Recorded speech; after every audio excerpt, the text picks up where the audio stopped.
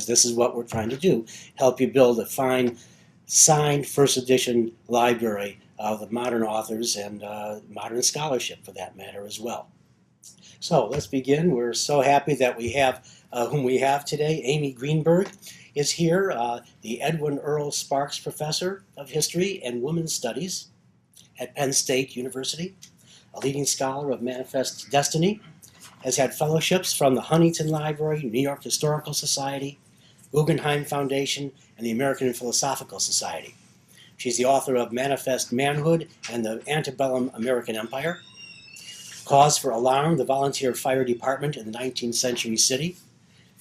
Maybe you can tell us what happened here in 1871 in Chicago when they were burned down. I believe it was a fire. Was that what it was? And when, perhaps? What went wrong, though? The latest work, A Wicked War, Polk, Clay, Lincoln, and the 1846 U.S. invasion of Mexico. Alfred Knopf publishes. It's 344 pages and illustrated, and it's $30. As well, we have today Glenna SchroederLein, manuscripts librarian at the Abraham Lincoln Presidential Library in Springfield, Illinois. She's the author of the Encyclopedia of Civil War Medicine, Confederate Hospitals on the Move, Samuel H.S. Tout and the Army of Tennessee, a co-author of Andrew Johnson, a biographical companion. Her latest book, Lincoln and Medicine, part of the Concise Lincoln Library series. I'm sure you all know about that if you've been watching us, from Southern Illinois University Press, 128 pages, $19.95, has footnotes in it. Not all of them do. And there are many other concise titles that we've had, some not, but you might want to at least know of some of them very briefly. Abraham Lincoln and Horace Greeley, Lincoln in the Civil War, Lincoln in the Constitution, Lincoln in the Election of 1860, Lincoln in Race, Abraham and Mary Lincoln, and some others. So that's a good library that you might want to begin to collect, and we have many of them in stock, some of them actually still signed. So I hope you'll look at that series as well.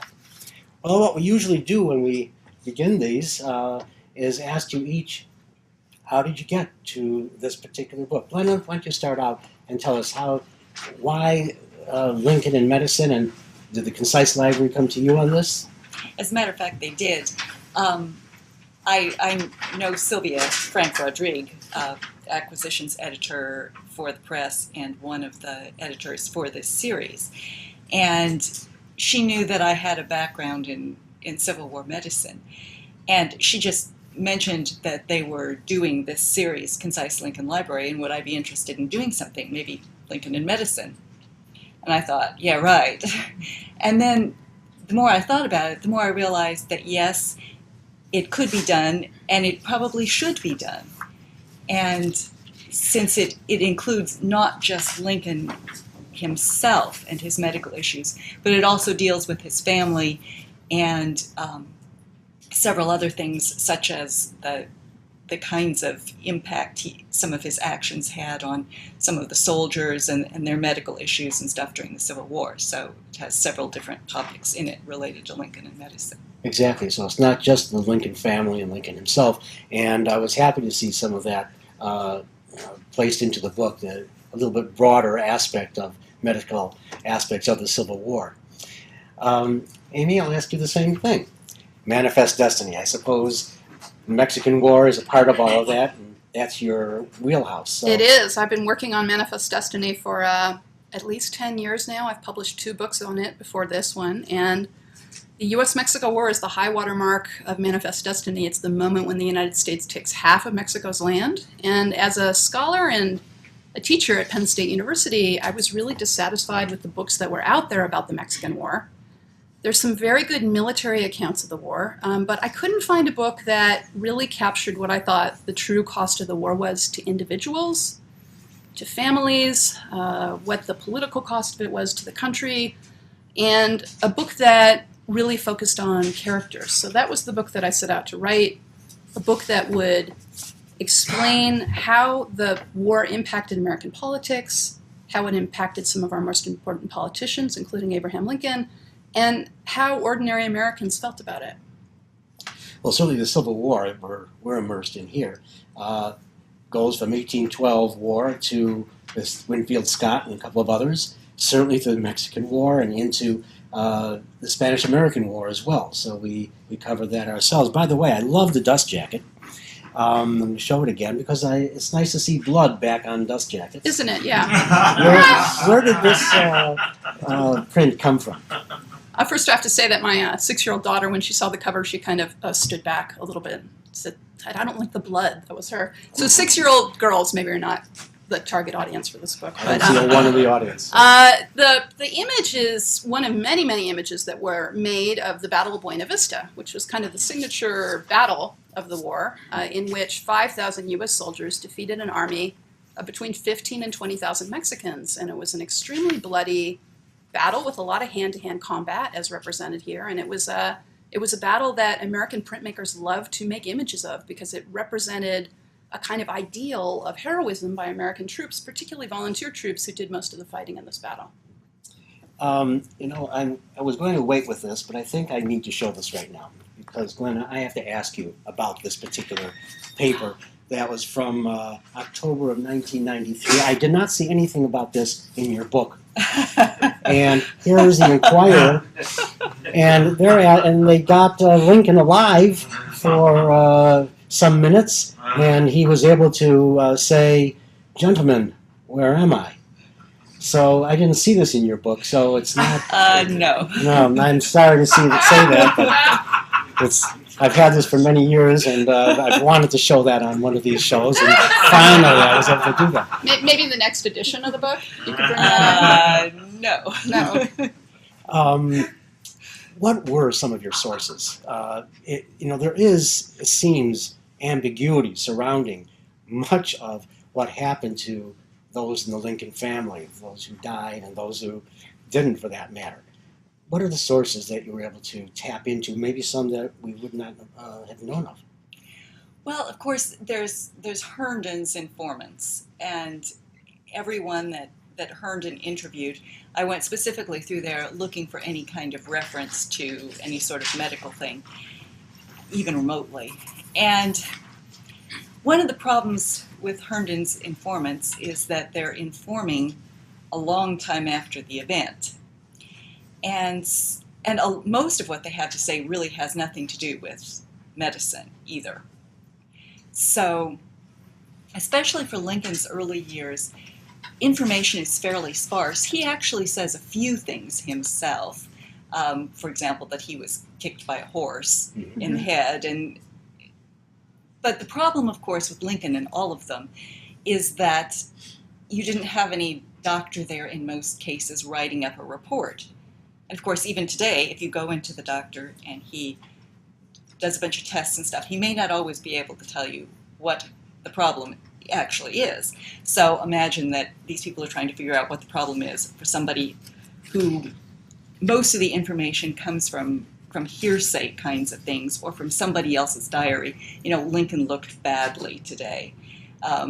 He was not able to have a cabinet meeting because we had to meet in his bedroom or something like that. And so there are those kinds of things, and there are newspaper reports during the presidency that indicates the people's health to the extent that they know it. Sometimes someone does actually say, Lincoln has varioloid, or a mild form of smallpox, which he came down with on the way back from Gettysburg and was sick for several weeks. And then, of course, there's that famous joke that he says, now I have something that I can give everybody. Yes. And so, we do know some things that he actually had, but there's a lot of stuff that, he wasn't very well, and we don't know why, but there are a lot of people who like to speculate about why. Mary she kind of writes all about her symptoms to her friends, and so some of her correspondence, she may tell you more than you want to know. So while it's not necessarily easy to know what's the matter with her exactly, we do know that she had a migraine or something like that, whereas some of the other things, it's just what people noticed and reported. Do you think there was any lasting? I mean, first of all, you talk about possible malaria that Lincoln might have contracted very early on, and also the horse episode that you speak about. That allegedly he was passed out, and then when he woke up, he finished the sentence that he was starting to say, and so I don't know if there's any.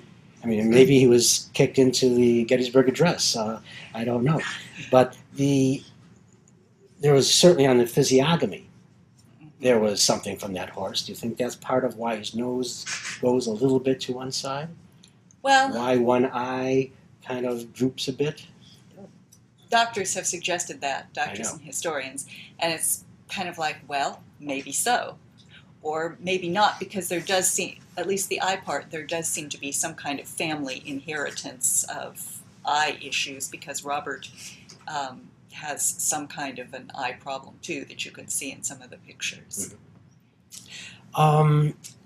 Amy, there are, you're doing a lot of balls in the air in this. Yeah. You have numbers of characters involved in here, and it's kind of interesting to see their fit. There's Lincoln himself, James K. Polk, President, Henry Clay, John Hardin, Nicholas Trist. John Hardin, you say most of us don't know. I found John Hardin 2 years into this, back in '73. Way too early for me to really understand all of it. But Hardin was Mary Lincoln's cousin. Yep. And political operative in the same area, a Whig. But he's the one who actually, in the Black Hawk War, got him his armaments and mustered him in. Yep. Actually. Yep. So that's where I saw him, because I had 1832, his first elective signature on the back of a Hardin piece, where he's trying to get Quartermaster Edwards to give him guns and blades, etc. So Hardin certainly is a very interesting man. Tell us about Hardin a bit. Well, I got to know the Hardin family well when I was doing research at the Chicago Public History Museum, and they have all the Hardin family papers there. The Hardin family was very, very important in Kentucky and in Illinois.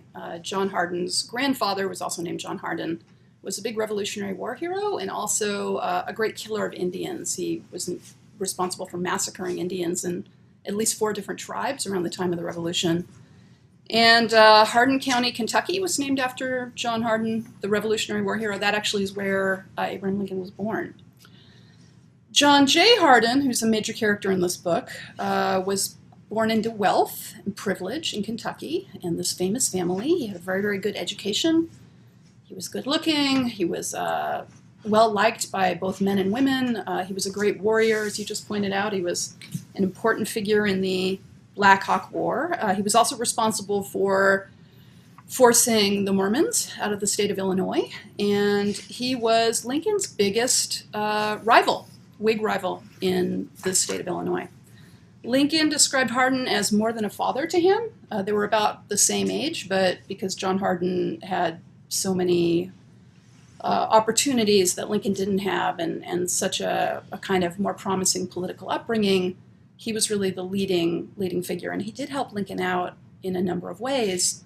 They became very serious political rivals after Hardin served in Congress. Lincoln wanted a turn in Congress and believed that there was a rotating arrangement whereby he, Hardin, and Edward Baker would take turns with the safe Whig congressional seat.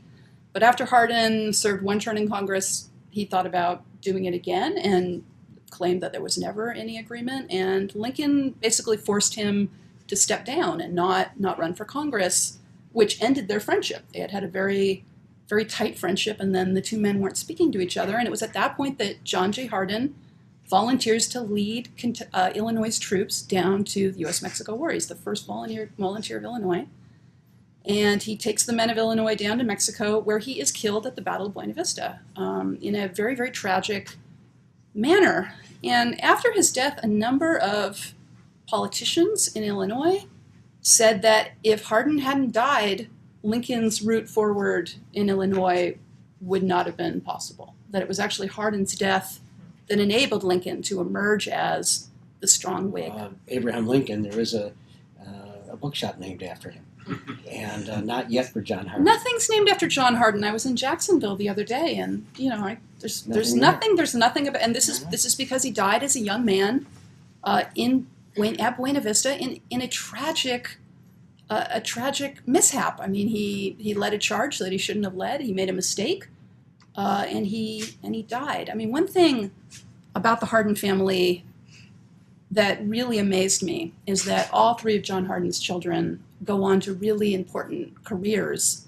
His son, Benjamin, becomes a Civil War general. Another son, Lemuel, becomes a Confederate officer and actually has to flee during the Civil War, so that's a good brother versus brother story. And his daughter, Ellen, to whom he writes letters during the Mexican War, Ellen's 14 when her father dies, she goes on to found the Daughters of the American Revolution and has this extremely important political career.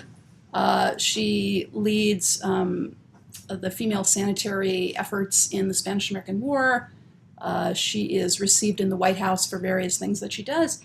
She spends a lot of her career writing about the Revolution. She only writes one thing about the Mexican War, which is a kind of discussion of the Battle of Buena Vista, where she says that Zachary Taylor is responsible for her father's death.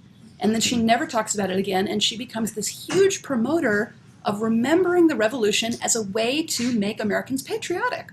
So, in her mind, the U.S.-Mexico War is something that you should just forget about and focus on the war that matters and make Americans understand why the Revolution was important. And so she founds the Daughters of the American Revolution. There are so many different characters in here that are not in your title. Yeah. And it's fascinating because we don't know of them. So it's nice to have that sort of thing. Very quickly, you say that there will be a different, we know some of the men that are in here fairly well, Lincoln, Polk, Clay. Yeah. But you say that you're going to give a different portrait of those men in here that we usually don't see. Briefly, what do you mean by that? Well, let me give you, for an example, Abraham Lincoln. The Lincoln most people know is a politician who served one very unimportant term in Congress, a congressional term that was a failure, most people have agreed. And the Lincoln that you're going to read about in this book is somebody who was deeply affected by the U.S.-Mexico War, who had colleagues who went to Mexico and were killed, who chose not to go to Mexico himself, who devoted his single congressional term to Congress, a term that he desperately wanted for years, to condemning the war with Mexico. This is Abraham Lincoln, the Whig, who believed so strongly in the Whig economic platform, who was a huge promoter of tariffs, who wanted to restore the banking system. When he got to Congress, he did not talk about economics. He talked about the U.S.-Mexico War. So I make the argument in here that Lincoln's feelings about the U.S.-Mexico War were deeply held, and that instead of thinking of his congressional term as a failure, we should actually see his efforts as part of a larger anti-war movement. James K. Polk, I think my big contribution to writing about Polk is to show the importance that his wife, Sarah Polk, played in his presidency. As far as I can tell, I'm the first scholar who's written about Polk who has noticed that Sarah Polk was his political partner. And that was true long before he became president. They had what seems to be a very modern marriage, and because they were childless, Sarah Polk worked side by side with James in order to achieve his goals of expanding the United States across the continent. That leads to so many questions, but I'm going to go over to something else for a moment. We have to go back and forth here a little bit. Here is Lincoln and the Doctors by Schutz, who is kind of the name in the field so far, until now perhaps. Tell us about some of the doctors that were in Lincoln's life. Who were they? Well, And what did we get from them as far as sources? Well, one of the things that's different between my book and Schutz's book is that he spends a lot of time with the doctors, in fact. Any doctor that Lincoln happened to know, he talks about, whereas I really don't spend that much time on the doctors unless there's something specific. But Anson Henry was... Before you go on, is this book then still cogent for today? Should we still be looking at this book for what he says? Sure. One of the problems is that he doesn't indicate his sources. And so it's it's hard to know if you don't know where he got it from. It's hard to say, well, okay, how much weight do we give this? But I mean, we're doing different things, and of course, some of the issues that I have to contend with, nobody would have thought of Yes. 80 years ago. Yeah. But Anson Henry was a good friend of Lincoln's in Springfield. He doctored Lincoln there at some points when Lincoln had one of his depressive episodes and so forth. No one knows exactly what Henry treated Lincoln with, but he was not actually better when Henry finished with it. The suspicion is that he used calomel and a number of other rather heroic medicine attempts. Other than that, Dr. Robert Stone was their doctor in Washington, D.C. There was a Dr. Richards, actually, who treated them when they first came, but he died in January of 1862, and so nobody really knows anything about him. So it's more when they refer to their doctor, they're referring to Stone. Milton Schutz also wrote another book, Lincoln's Emotional Life. And he says in there, the evidence indicates a depressive type of psychoneurotic within the bounds of so-called normalcy. Now, being a son of a shrink, this is stuff that, and coming from the era that, this sounds, I can handle this very easily, thank you. So I grew up with this psycho-speak. How about you? What do you think about his emotional life and what he's saying about being within normalcy, but still having some neuroses that all of us have? Well, I don't usually look at things from I'll send you a bill in the morning. a psychologist's perspective. But there's a lot of debate going on about, did Lincoln have depression, chronic depression? Did he just have a melancholy temperament? And that sort of question. And clearly, he must have had at least a melancholy temperament, because he talks about being sad. Other people see him as sad fairly frequently. And of course, Joshua Schenck has written a very large volume about Lincoln and his melancholy. So, was it an age that melancholy could be expressed fairly easily with the funereal movement, for instance, nationally, the rural cemetery movement? Yes. So could Yes. sadness like Lincoln had maybe be not seen as something different than Western society?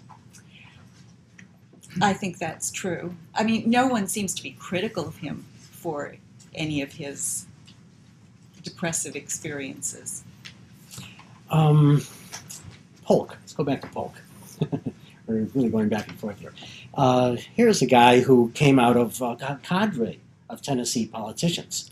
Samuel Houston, Davy Crockett, and himself. What were the relationships of each to each other, and then to the Texas annexation problem? Well, they all knew each other. They all venerated Jackson, and they all, to some degree or another, wanted to be seen as the childless Jackson's political heir. Mm-hmm. Polk got the nickname Young Hickory, which worked really well along those lines. And I think ultimately Polk is the politician who kind of fulfills Jackson's deepest desires better than the other two do. Obviously, all three of them are bound up in what happens in Texas, right? I mean, Davy Crockett, after he's defeated for re-election to Congress after opposing Andrew Jackson's Indian Removal Act, says, you can all go to hell and I'll go to Texas. And then he does go to Texas and, of course, is killed at the Alamo. Sam Houston also goes to Texas. Some people say that Jackson actually told Houston to go to Texas because he was such a hellraiser. And they wanted, he wanted Houston to kind of put his skills to good use, maybe getting something going in Texas. And Houston becomes the first president of the Republic of Texas. Polk, of course, is the man who brings Texas into the Union. He runs in 1844 on a platform of manifest destiny and of annexing Texas against Henry Clay, the presumptive winner of this election and the Whig nominee, who says in 1844 that he doesn't think Texas should be annexed because it'll lead to war with Mexico. Polk's our first dark horse candidate. He says, no, I'm entirely in favor of annexing Texas. He wins the election in 1844 in large part because the American people are in support of annexing Texas. He gets to the presidency, and then he starts a war against Mexico, which secures Texas and Texas annexation. We'll get to the anti-war movement in a bit, but you say that the American public was for this war and supported it. How did we get to that war, and why did they support that? And what? I'll give you a two-part question. Then in Mexico, what were they thinking? What was their view looking up north? Well, the United States and Mexico had terrible diplomatic relations for a long time. If you look at the diplomats that the United States sent down to Mexico from the 1820s onwards, I mean, it's a parade of failures, people who don't know how to speak Spanish, diplomats who are so openly racist that they refuse to actually meet with their Mexican counterparts and say really incredibly racist things. So Mexican-U.S. relations had been very bad. There were a lot of claims that American citizens had against Mexico and Mexican citizens, many of which were trumped up, but the United States was taking seriously. And after Texas becomes independent in the 1830s, Mexico basically refuses to accept the fact that Texas is on its own. So Mexico does not accept Texas's independence, and particularly does not accept the southern boundary that Texas is claiming for itself, which is deep in the heart of territory which was never considered Texan under Mexican control. So Texas basically claims land between the Nueces and the Rio Grande, extending all the way to Santa Fe, New Mexico. And I tell my students at Penn State, this is like as if we in Pennsylvania claimed Columbus, Ohio as part of our state. You know, it's like, well, Santa Fe really can't be part of Texas since it's part of New Mexico, which is another state. So Texas has this outrageous claim to where its boundary is, and Mexico does not accept Texas being independent in the first place. Polk basically starts the war by sending Zachary Taylor and 4,000 U.S. troops from Louisiana down into this area between the Nueces and the Rio Grande. He tells them to march all the way to the Rio Grande, where Zachary Taylor sets up armaments directly across the river from Matamoros. And General Arista over in Mexico says to Taylor, you know, what are you doing? Can you just leave? This is our land here. And Taylor says, look, I can't leave. I'm not going to start anything here, but if you start something, I'm going to have to respond. Mexican troops cross the Rio Grande, kill 14 U.S. soldiers, and that is Polk's excuse to start war. So after this happens, Polk goes to Congress, May 11th, 1846, and he says, despite our best efforts to prevent war, Mexico has started war. They've shed American blood on American soil, and it's our responsibility to send support to the troops. And so, Congress, will you please vote in favor of this war? So that's the beginning of the war. And let me just say, in terms of the American people being excited about this, there's an entire generation of young men who have been raised on stories of the Alamo, of the terrible depredations of Mexicans against the United States during the Texas Revolution. And they think Mexico should pay. So there's no love for the people of Mexico in the United States. New England is entirely opposed to war with Mexico. New England is firmly behind Henry Clay. You know, there's no support for the war with Mexico in New England. There is support for annexing Texas among many people, but certainly not war with Mexico. Now, as you point out, a lot of Southerners think if we grab land from Mexico, that'll be a nice place to expand slavery. Texas has proven to be a very great place to raise cotton at this point. There's a lot of people looking for cotton opportunities.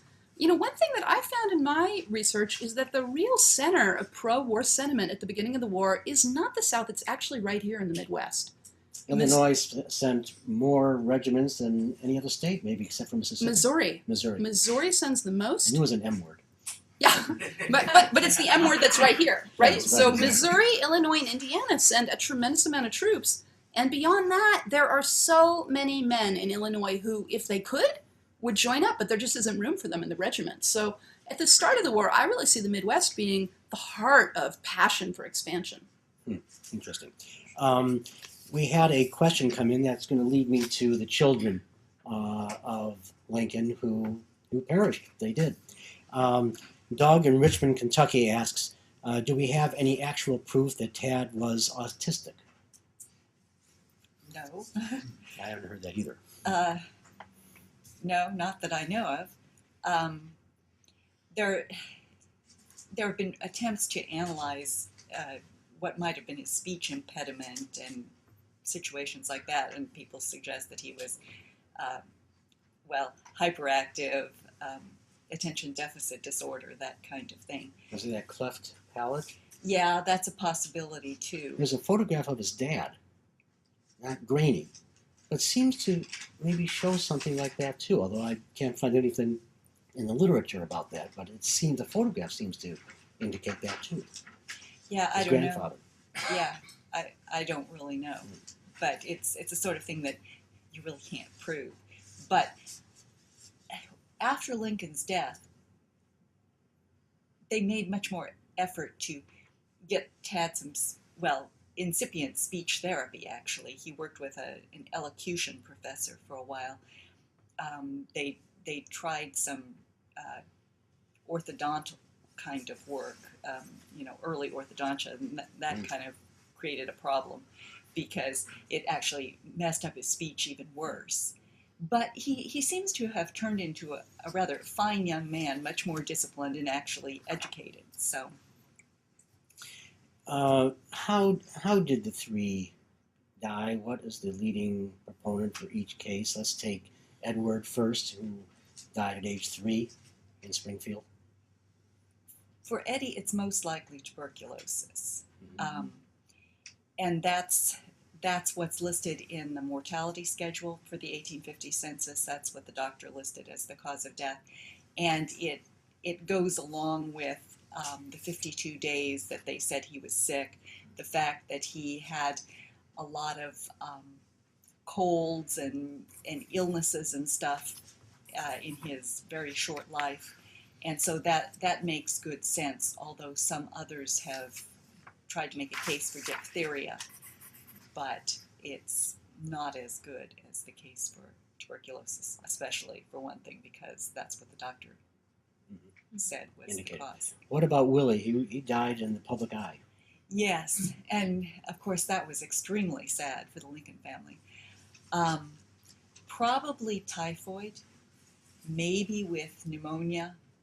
There have been a number of attempts to suggest that he might have had malaria or something like that. But the problem is that Tad came down with basically the same thing as Willie a week later.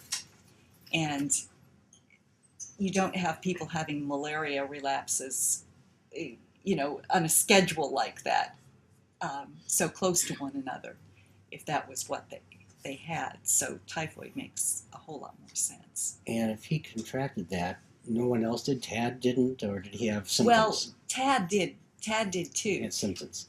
Tad was also very sick. He got sick about a week after Willie. And after Willie died, they weren't sure that Tad was going to survive.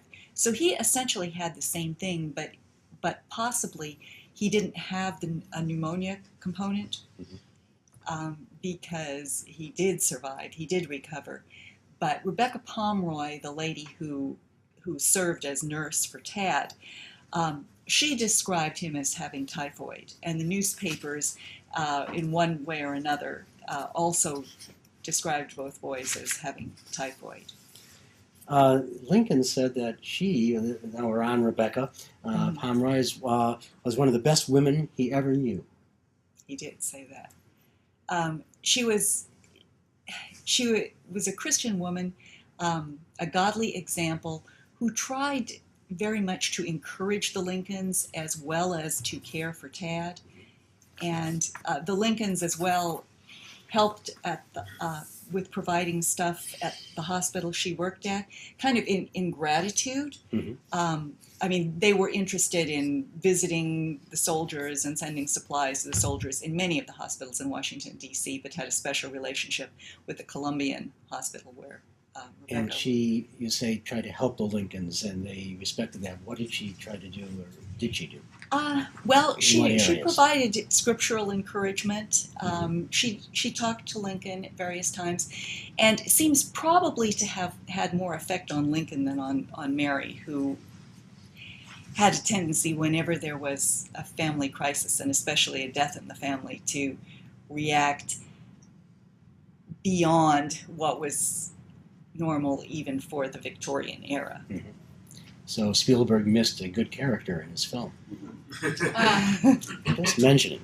Here we have a question. I have heard that Bishop Polk established a Protestant church in Texas, now the Houston area. There's a plaque celebrating that in Houston.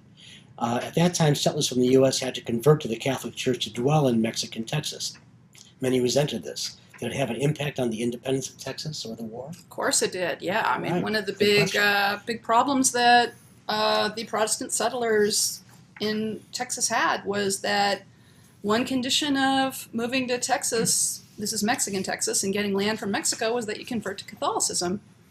And they did that, but they resented it, and they weren't practicing. They just did it because they had to.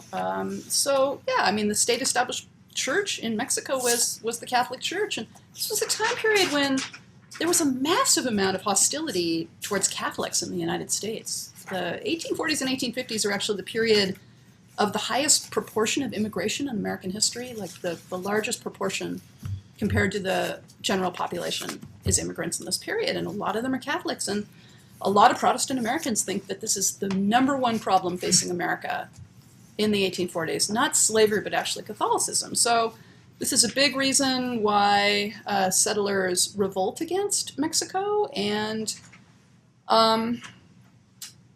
pretty much a reason why a lot of American soldiers decide to go down to Mexico is that they feel like this is a religious war, and this is an opportunity to convert heathen Catholics to the true church, which they see as Protestantism in this time period. I'm going to show a document from Grant in his hand as a quartermaster down in Mexico.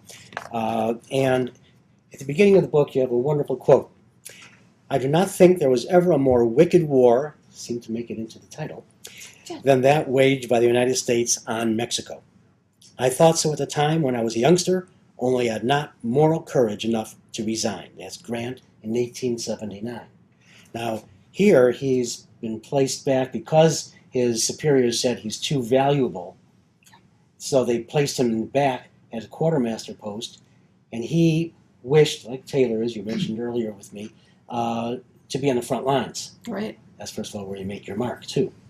So tell us about Grant and why, and who else thought. How did the soldiers feel, the common soldiers feel about that war when they were there? Well, it's not a pretty story, the story of the U.S.-Mexico War on the ground. A lot of the regulars at the start of the war were only 4 years out of fighting a vicious guerrilla war in the Everglades of Florida in the Second Seminole War. And the Army resented the Second Seminole War greatly. They didn't really understand why they were fighting the Seminoles. A lot of you probably know the Seminole proved impossible to fully eradicate from Florida. And it was a nasty, nasty guerrilla conflict in a swamp. So the U.S. Army is suspicious of Democratic politicians in the first place. The Army, by and large, the officers are all Whigs because the Whig Party supports the Army, and the Democratic Party thinks that you might as well get rid of West Point, since any average guy could pick up a gun and do just as good a job fighting as somebody with fancy training. So when the U.S. Army is sent down into Mexico, when Taylor and his 4,000 troops are sent down there, a number of the soldiers write very, very strong words about what's going on. Ethan Allen Hitchcock, who's the grandson of a Revolutionary War hero, he writes in his diary that this is totally unconscionable to send U.S. troops into an area that everyone can tell clearly belongs to Mexico. There's not a single American face. When the Army marches through the area, the residents flee.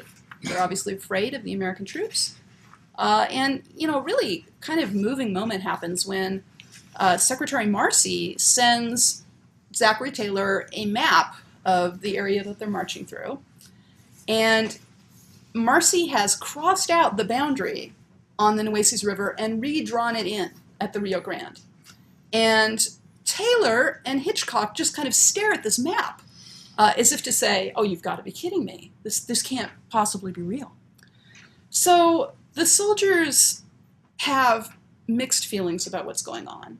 And the regular officers, by and large, are not happy there, although not necessarily because they sympathize with Mexico.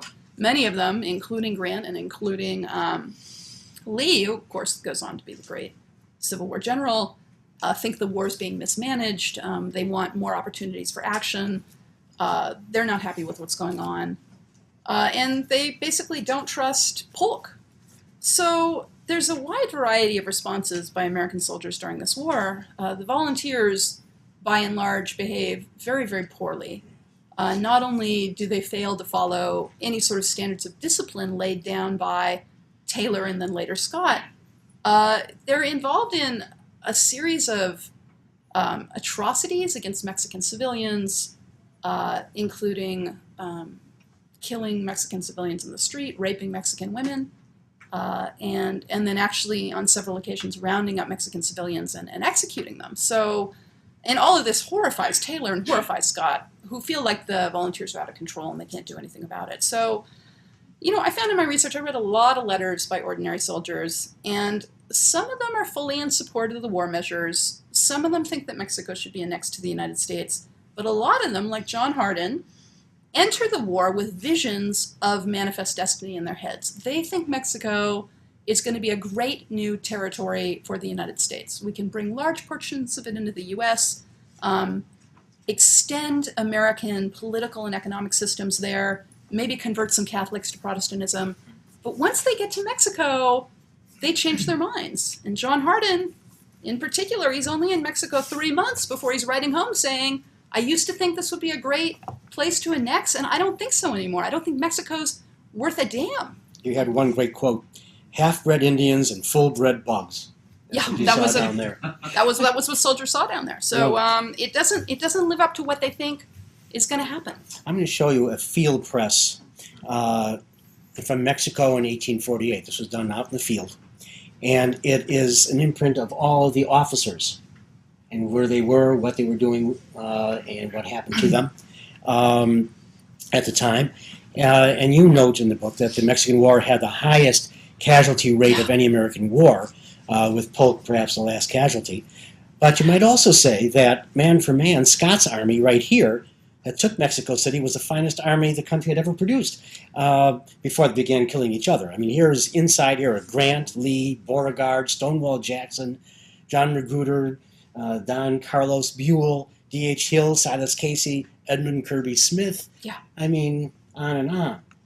So what do you say about that army? Was it one of the best armies that we'd ever had, although what were we fighting? Well, you're missing a few kind of lesser nobles here. We've got Franklin Pierce. There's a lot of this in here. Franklin Pierce is he famously falls off his horse and lies on the ground, and people make fun of him about that for years afterwards. But it was an amazing army. It was an amazing army. One thing you can say about the U.S. Army, not just Scott's army, but Taylor's army as well, is that what they accomplish is completely mind-blowing.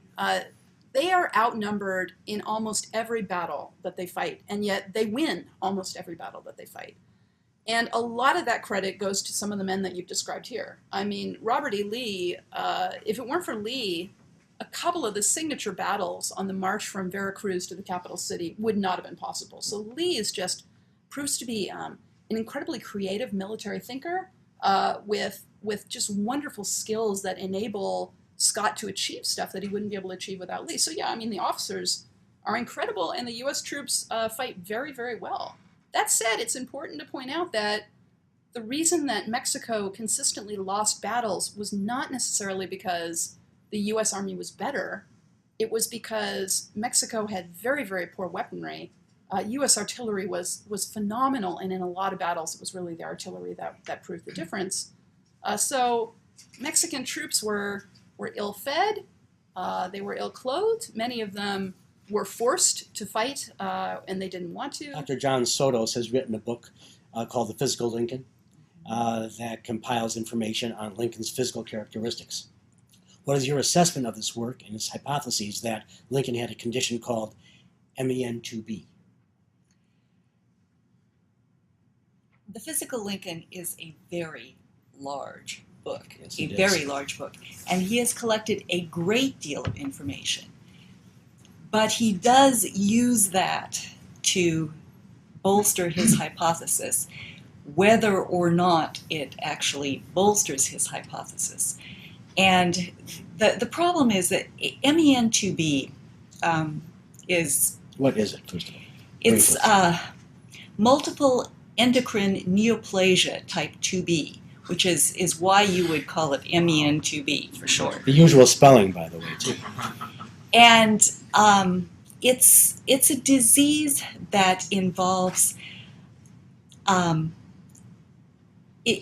overgrowth of long bones, for one thing, so that the person is tall, probably thin.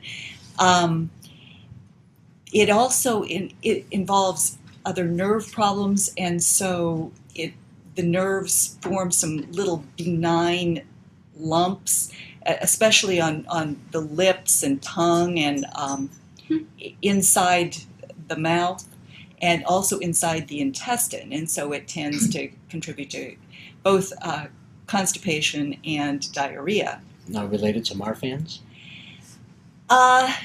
It is not related to Marfan's, but it is a kind of thing that may look sort of like Marfan's. So if Lincoln didn't have Marfan's, and that's another topic, but he looks sort of Marfanoid, then Sotos uses that as a reason to suggest that he might have this MEN2B.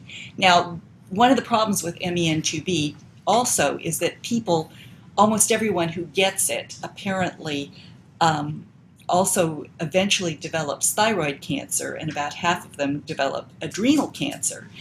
And so Sotos is particularly interested in the fact that Lincoln was not well, progressively not well during his presidency, and really wasn't all that well in the spring of 1865. And so Sotos is determined that Lincoln is dying of one or the other of these cancers because he had MEN2B. And he also believes that Lincoln's 3 sons who died early all inherited MEN2B, and it caused their deaths in one way or another, that they all died of cancer somehow, more or less. That's speculative, to say the least, yes? Yes. Yeah. And the thing is that this is a really rare disease, and that they would all have it, and that it would account for everything that's the matter with them. When they live in, well, not Eddie, but the others live in Washington, D.C., and, there are all these people in unsanitary conditions. You could get just about anything. I mean, Lincoln goes through hospitals and shakes the hands of 5,000 patients. And then that he doesn't go and wash his hands with antibacterial soap. Yeah, he doesn't do that. The water system is not especially pure. Flies bring all sorts of germs of one sort or another from the latrine to the food. And, this is especially prevalent in the Army, but, the same thing is happening in the White House. So, your thoughts, again, briefly, because I'm not convinced at all about this, the Marfan syndrome. First of all, do you think that there's any real positive proof that he may have had that? I'm not sure it means anything either. And also, is there any correlation between body muscular strength and Marfan's? Yes, there is. Marfan syndrome is another problem that involves people who have it are particularly tall and thin. They tend to have long, very spidery fingers and toes. They tend to have visual problems, like the lens coming loose. They tend to have cardiac problems. The aorta may suddenly rupture. And so they tend to not be especially strong, and some sort of major effort could cause the aorta to rupture, and so people with untreated Marfan syndrome tend to die young. Now, see, Lincoln, 2 things I'm thinking about with strength. That's why I brought that up. One is that at the autopsy, the doctors all said what wonderful shape he was in. I don't think there was a gym at the executive mansion with weights, No. but nonetheless, there he was. And you also mentioned where he goes out and shakes 5,000 hands, and the physician in charge fears that he's going to be less than strong after that, maybe shaking like he did after or before the Emancipation Proclamation signing. But no, to show them that he still had his strength, he just took that axe and went right out with that, straight out from his body. He had that strength. So he had strength. Yeah, Lincoln was Naturally. strong. He did a lot of wood chopping in his life. I mean, the rails, yes, but wood too, because evidently, according to one of his sisters-in-law, he liked to go out in the backyard and chop wood for exercise. And nobody said he did that in the White House, although I wouldn't be surprised if he didn't do it on occasion. But nevertheless, Lincoln just doesn't fit. I mean, he's tall and thin, but there are life casts of his hands, and they're they don't show his fingers being especially thin or malproportioned in any way. There are tracings of his feet for a shoemaker, and they don't show his toes as being particularly elongated. He's 56 when he dies, and so he didn't die early, and so since 1981 there's been pretty good evidence that he most likely didn't have it, but it seems to be one of the earliest of the sort of bandwagon diseases Lincoln might have had, and people just can't let go of it, basically.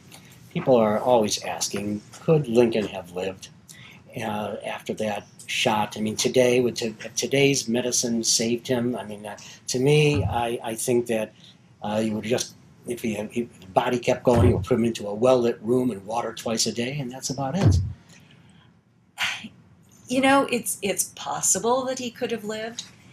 Not function, though. Right. That's the thing. Whether Lincoln lived or whether he could function as a president, and the answer is probably not to that, because those who've analyzed that sort of thing based on the injuries as they understand them from the autopsy report pretty much suggest that he probably would have lost powers of speech, other communication skills, abilities to walk, any number of things like that, and that he would not have been able to function as president, even if somehow he had managed to survive.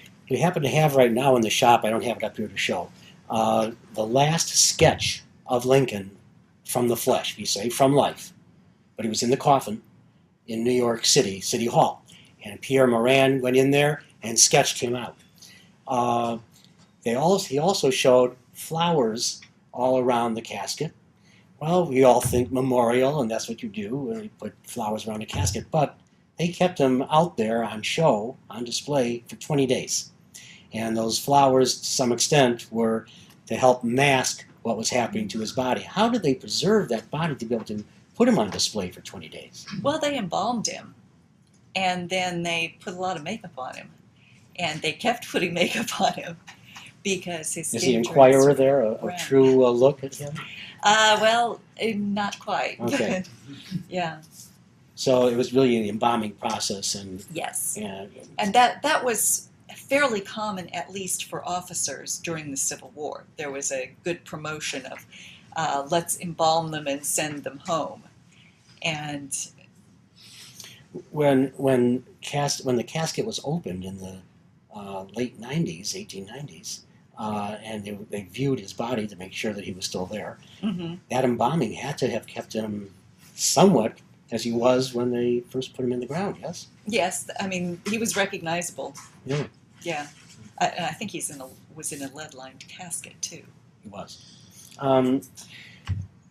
Lincoln, I did not really conceive of Lincoln, I have to admit, as being one of the founders of an anti-war movement.